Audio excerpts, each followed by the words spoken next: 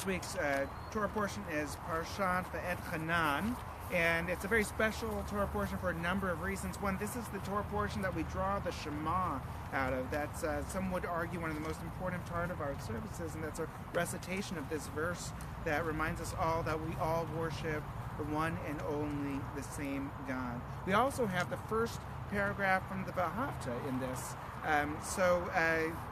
Whether you knew it or not, you probably do know how to chant some Torah if you can chant the beginning of the Vaethanan. Another thing that makes this Torah portion special is that it bears the Ten Commandments. Just out of curiosity, let's see if we can figure out what the Ten Commandments are. The first one, at least by Jewish standards, they would know.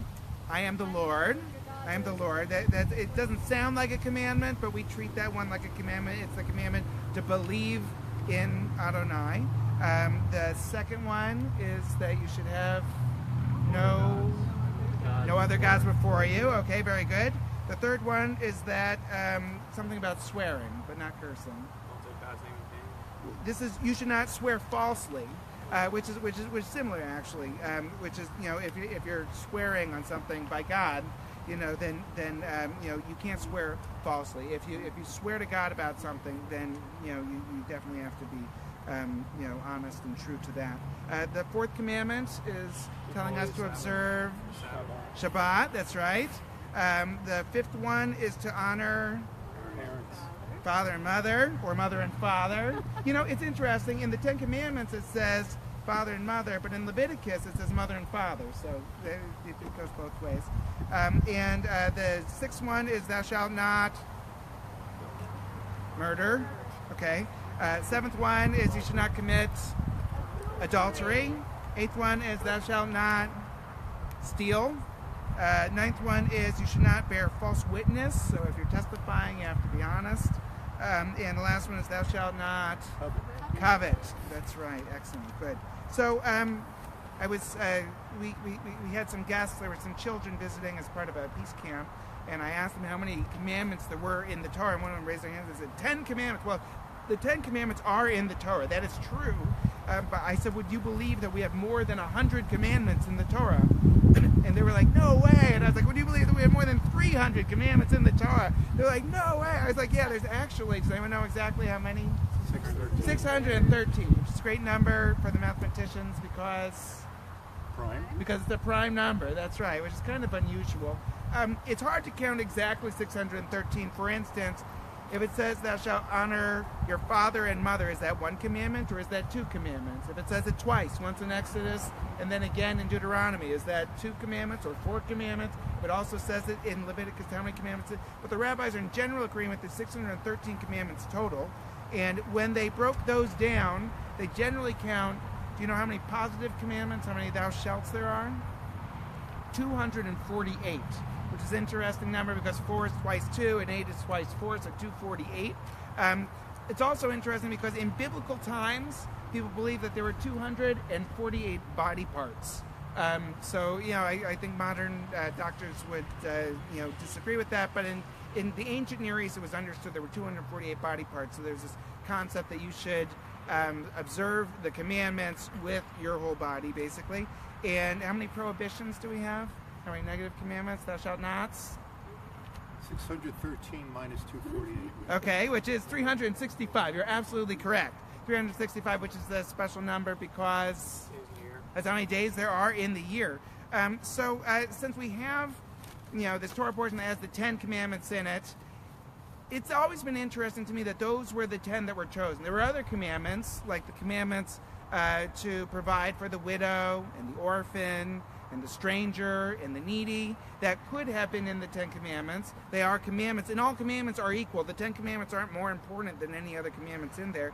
But there are some commandments that we have, not necessarily in the 10 commandments, but they have some commandments that are not necessarily logical to us, like in Leviticus when it tells us that you can't plant two different kinds of seeds in the same garden. That's one that, if you're going to observe that one, you do it because you believe in God and you believe that that's what God wants, but there's not necessarily a rational explanation that we have reason for. When it says that you can't wear wool and linen in the same article of clothing, there isn't necessarily a logic to that one. Maybe we figure God's wisdom is more sophisticated than ours is, but I can't give you a rational explanation of why that exists. But there are many commandments, particularly the ones that speak to the morals and the values and the ethics, that are really the ones that we're the most drawn to. Then there are other values that we have in this world that we've sort of just gleaned from living in the world as it is, that weren't necessarily commandments per se. So I was wondering if maybe together as a group project we can come up with 10 more commandments, sort of commandments that we wish were in there that aren't necessarily in there. I came up with 10 in like a minute and a half, but I'm looking for like volunteers. Can anyone think of anything that really should have been a commandment, maybe ought to be a commandment? If you were creating the 10 commandments, maybe you'd put this in there, or at least the 613. Can anyone think of anything that ought to be in there? Let me see if I can find it. How many commandments? 260? There are 613 total. But if you were to add one more to make 614... They're going to? Not necessarily, but if you were to add a commandment, what would you add, Austin? If you were to add I don't know something. The commandments. But not to give up is the biggest commandment. Not to give up. See, that ought to be a do. commandment. That ought to be in there, not to give up, not to be defeated or overwhelmed by the challenges that you're faced, but to just keep on pursuing what's really important to you. That's an excellent... Can anyone else come up with anything? Okay, one that I came up with was thou shalt laugh. There's nothing in there that says that you have to laugh, but I think laughter is very important because, I mean, not only does it lift the spirits and it makes you feel happy, but sometimes you're dealing with stress. Okay, maybe I'm speaking about mine. Sometimes I'm dealing with stress, anxiety, whatever it is. It's nice to have that respite. If you interrupt that stress and that anxiety with just a little bit of laughter, it can really ease the tension, and it can make you feel a heck of a lot better. I try to make sure that we have laughter at every meal that I have with my kids. I try to make sure that I have some kind of laughter at some point in every day. That's a commandment that I really wish had been in there. Steve, can you think of any commandments that you... Thou shalt listen. Thou shalt listen. That's good. That's good. Yeah, definitely. And listening, honestly, I do a lot of talking as a rabbi, but the most important work that I do is listening. And one of the things that they taught us about in rabbinical school was to be a compassionate presence. That means when you have a friend who's going through grief, or you have a friend who's going through a divorce, or you have a friend who's going through some sort of a depression, you don't necessarily need to know the proper words to say on that occasion, because there's no cure-all, there's no expression you're going to necessarily be able to say that's suddenly going to make it all better, make them feel great about the circumstances that they're dealing with. What's really important is to sit with them, to be with them, to listen to them so that they have an opportunity to process their thoughts and to build that trust with them. And it's through listening that we grow as people. So thank you. That's a good one. Any other commandments that we'd have? Can I add on something to that? Yeah. As congregants, a great way to practice that new commandment would be, let's say, a Shiva minyan. That's right. Shiva Minyan. So when someone has recently experienced a loss and they host Shiva at their house, we can get together for the Shiva Minyan, and that gives us an opportunity to be that compassionate presence and to do some listening. What other ones did I have?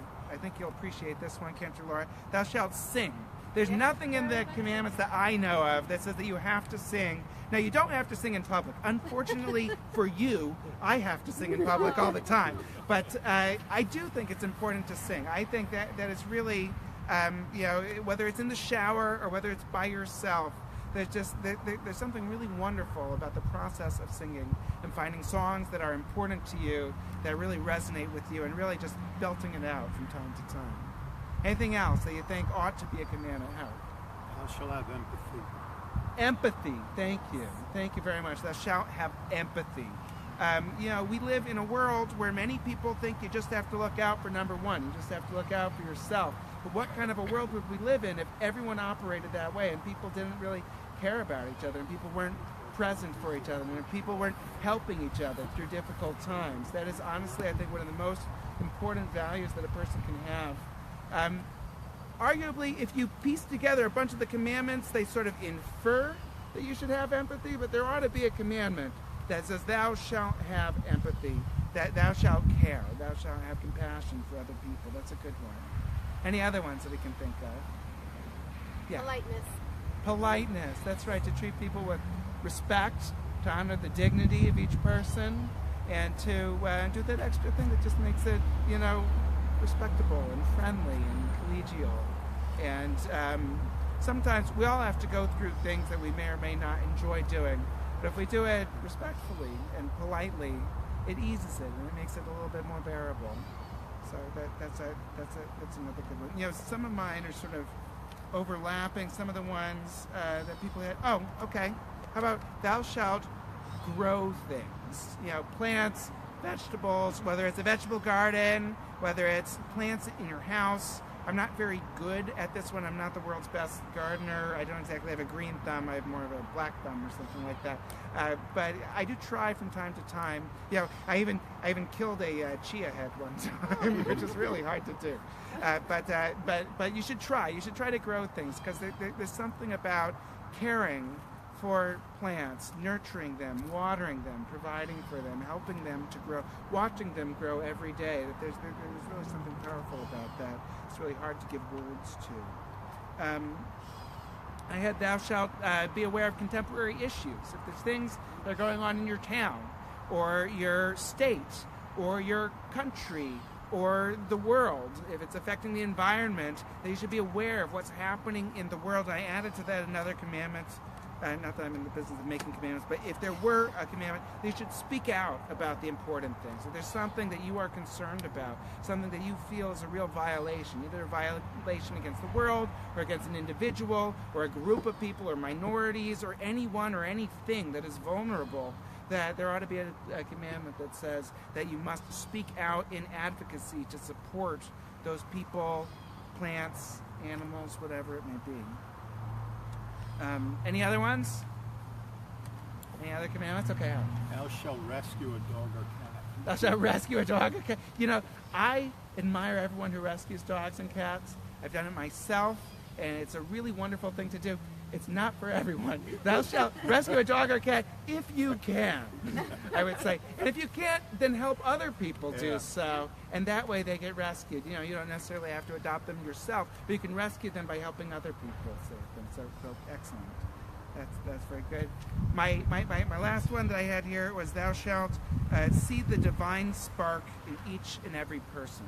That every person is created b'tselem Elohim in the image of God. And that, there's times when we get angry with people. There's times when we get offended by people. There's times when people really get on our nerves. And we need to recognize that even they too have the divine spark within them. And if we can recognize that, then that makes us better people. So, Shabbat Shalom. Shabbat Shalom. I have a bunch of announcements. The wind blew before, so they're all out of order. One is we have the Machzor Mitzvah Drive. If you would like to dedicate a high holiday Machzor, either in memory or in honor of someone that you love and care about, we have that opportunity. It's a nice way to help support the synagogue. Our high holiday Machzors, Mishkan, Hanefesh, were very well received last year, and people were really glad that we have them.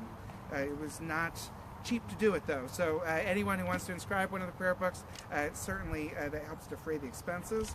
Also, I guess related to the high holidays, we have the high holiday schedule available. I emailed it in my Friday message. It'll be in the August bulletin when you receive that at the beginning of next week. I know August already started, but it's going to come out at the beginning of next week. It'll be in there. You can put it on your refrigerator. We have several copies outside, or in the lobby, and you can take that home. This Wednesday, I'm going to be doing beer mitzvah.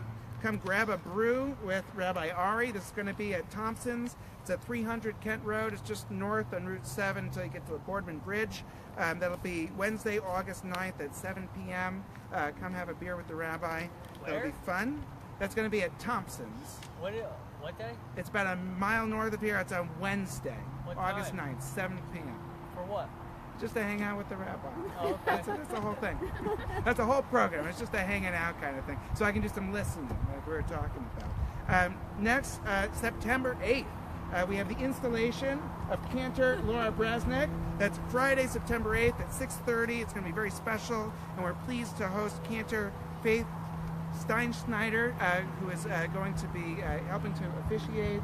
in the installation of Cantor Laura Bresnik. And we'll be hosting also people from the UJC in Danbury who will be coming to celebrate with us. So that'll be a very special night. Make sure it gets on your calendars. Also, apparently we're having outside services tonight. And tomorrow at 2:30 to 4:30 at the White Silo Farm and Winery. Remember, Ellen Lazarus is going to be having an art opening. So come and check out her art and have a nice glass of wine. Also, I would never encourage anyone to miss services tomorrow morning. We have services at 10:30 tomorrow morning. But if you're not coming to services, if you're into books that are written for tweens, my sister-in-law, Lisa Greenwald, who wrote a number of books, including My Life in Pink and Green, is going to be at the New Milford Public Library at 11 a.m. So if you're not going to be at services and you'd like to meet my sister-in-law, she'll be at the New Milford Public Library. If you know any tweens who might be interested, please encourage them to go and check her out. They can get a free